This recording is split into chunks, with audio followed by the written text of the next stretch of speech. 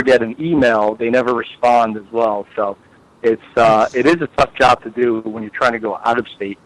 At least in state of New Jersey, it was a lot easier for me because I was building the reputation in state already, and most distributors had already heard of me before I heard of them for the most part. So when you're going out of state, it becomes even more difficult, I would say, for sure. How far south is the mead getting distributed at this time? At this point, we're literally only in New Jersey and New York. But as this fall, we're actually going to start. We're going to start out one of the southern states, might be Georgia, I believe. And after, in 2017, that's where we're going to move into at least 2 other states, basically, before the summer, and possibly a third, another one in the fall next year. Nice.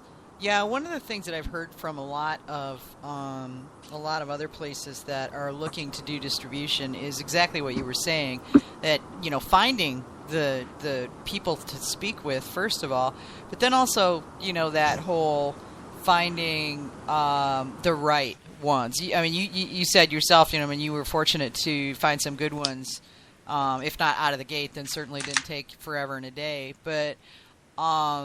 You said something earlier about 21 questions, and I'm not asking you to list out the 21 questions, but, what kinds of, obviously you came up with some criteria that you were looking for in a distributor overall that made it easier for you to say yes to them. Can you talk about that a little bit? Yeah, I basically asked them, what are you going to do for me? More or less. I mean, that was kind of the gist of most of these questions. Well, I mean, I mainly asked, like, do you guys carry any mead right now? Is your sales team educated in what mead is?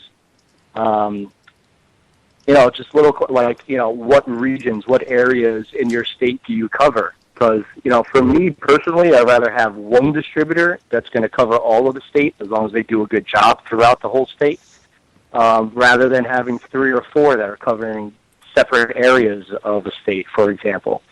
So, that was another question I had. How much of a reach do you really have? Then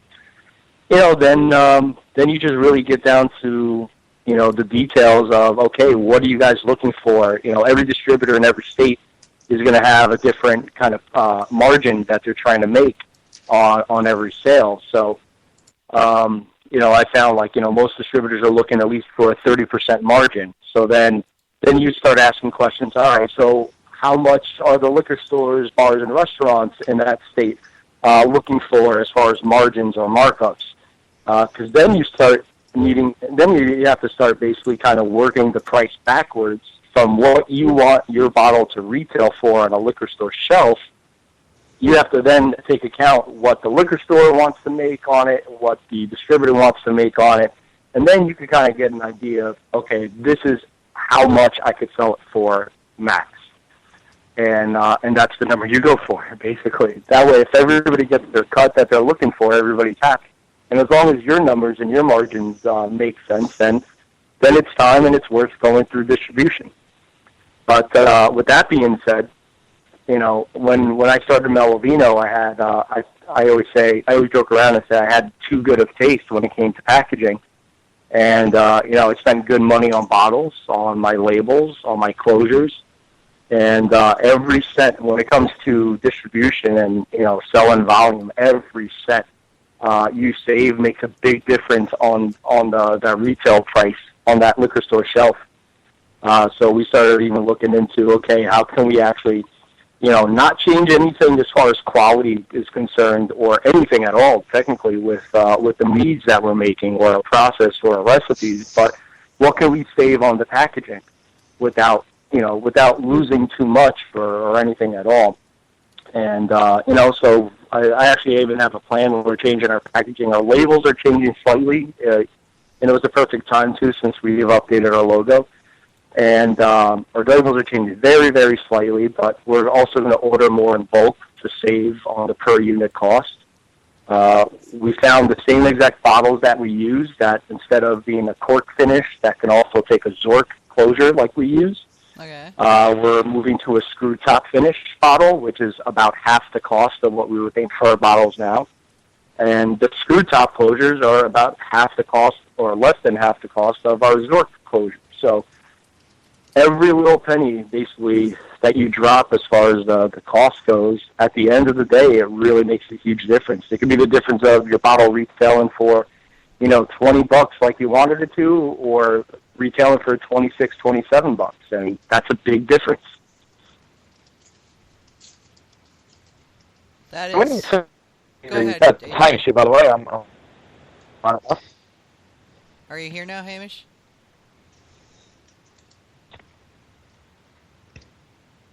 I think Hamish has got a dodgy connection today. Yep, there you are. Yeah, it's phone upside down. Oh, yeah. That'll do it. So now you've been posting ever since you opened the doors, and I had a hell of a lot of fun reading them. Updates of like what I've learned in the last 2 months, what I've learned in the last 4 months, and stuff like that. One of the things that I was thinking about earlier when we were talking was, there's a lot of obvious things that a lot of meaderies deal with, like how to upsize recipes and stuff like that. But what are some of the standout things that you were like, oh shit, I wasn't expecting that, or I had no idea,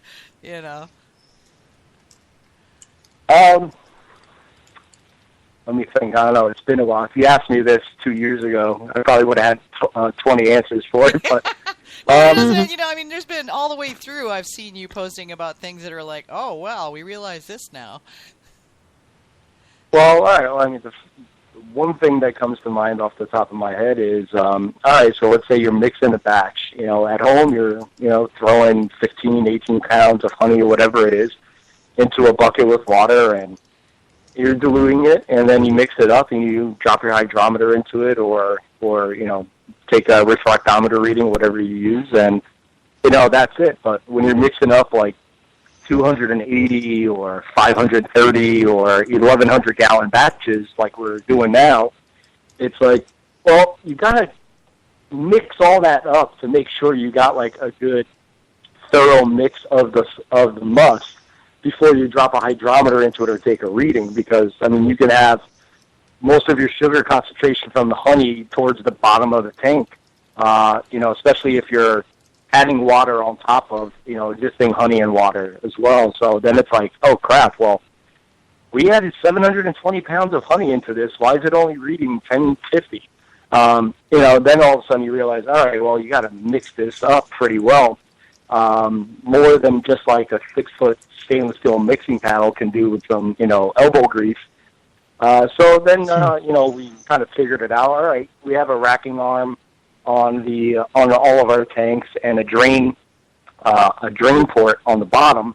All right, let's pump everything out from the drain at the bottom and pump it back in through a racking arm shooting towards the top of the tank. So that way we're basically kind of getting a good circulation. We started doing that. Then all of a sudden, measurements, our readings are looking a lot more realistic. Especially when you start sizing up your batches. At first we were kind of getting ourselves onto a 2-step ladder and with a 60-pound bucket of honey one at a time, and lifting it over our shoulders as we're standing on the ladder and dumping it in over our tanks, our 1,000-liter tanks, which at least was kind of doable.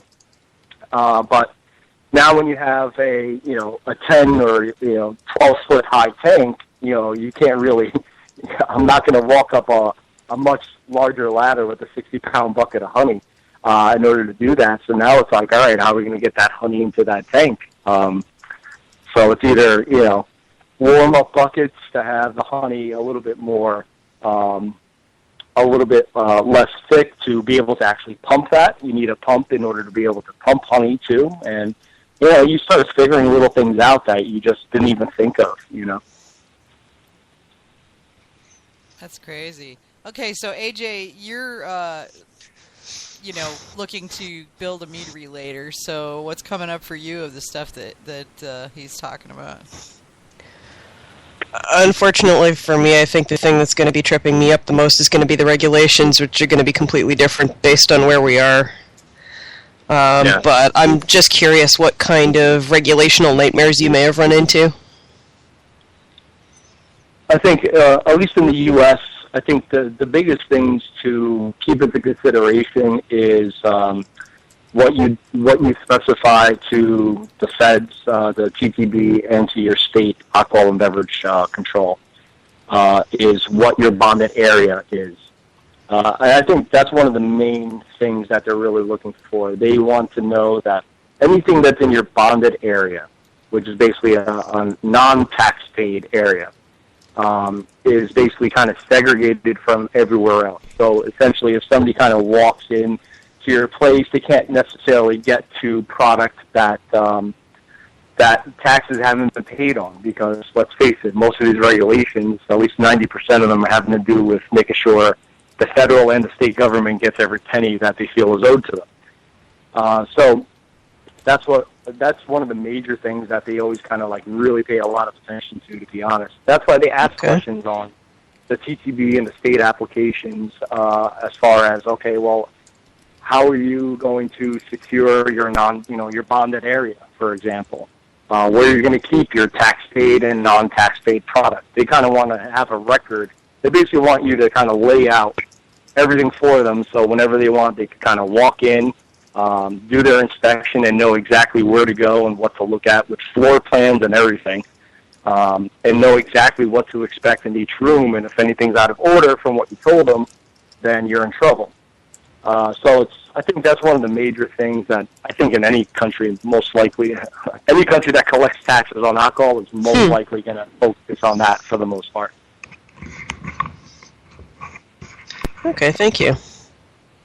So it's, in a funny story too, we have 2 rooms behind our bar and our tasting room, and those 2 rooms are separated from our production area, which is our bonded area for the most part, by our tasting room, which is a non-bonded area. So essentially, the federal government allowed me to have they allowed those 2 rooms behind my tasting room to also be an extended bonded area, which when they told me that, they said the only way you'll do that is if you understand that if you're moving product from the production area through your tasting room into that other bonded area, that if it falls and breaks in your tasting room, you owe taxes on it. And I'm like, yeah, sure, I'm fine with that. I'm like, so that way, if you ever have any breakage, for example, you can report breakage or spoilage or something like that, so you don't have to pay the tax money on that particular volume of whatever you lost. But they were explaining to me, but if it falls and breaks in a non-bonded area, we still owe that money. Okay. So I'm thinking in my head, yeah, no problem. Yeah, if a case of mead falls on the floor in my tasting room, I'm going to squeegee it into my production area, then I'll take some pictures. Shh, don't tell them. They'll hear you. It's like, sure, whatever you want. I promise. Yeah, is it that big of a deal? Yeah, that just blows me away that they do that, because it's like, okay, I get that, you want to get your taxes, but if you're not going to make any, if it breaks, it's waste, and at that point, taxing it seems a bit redundant and kind of grasping, Mm-hmm. Yeah. Well, it's all about once you realize that 90% of the regulations revolve around alcohol has to do with the government getting their money, everything makes a lot more sense. Yeah, very true. What have you over the last 2 years? Okay, you've applied for and gotten approved a lot of labels and recipes. Mm-hmm. So tell us a little bit about your trials and tribulations and learnings, in the process of doing that. Yeah, I know. I remember seeing a lot of that in the ongoing journal posts. So this is going to become like on Family Guy. Like, what really grinds my gears? It's one of those topics, I think, for any meadery owner. It's I think the most frustrating part, for those that don't know, getting label approvals for mead has always been, not for the most part, but, once you kind of learn the ropes and what they're looking for. But the majority of the time, it is a huge pain in the ass, and it's mainly due I think the biggest frustration is that there has been zero consistency. So it really all comes down to, who's reviewing your label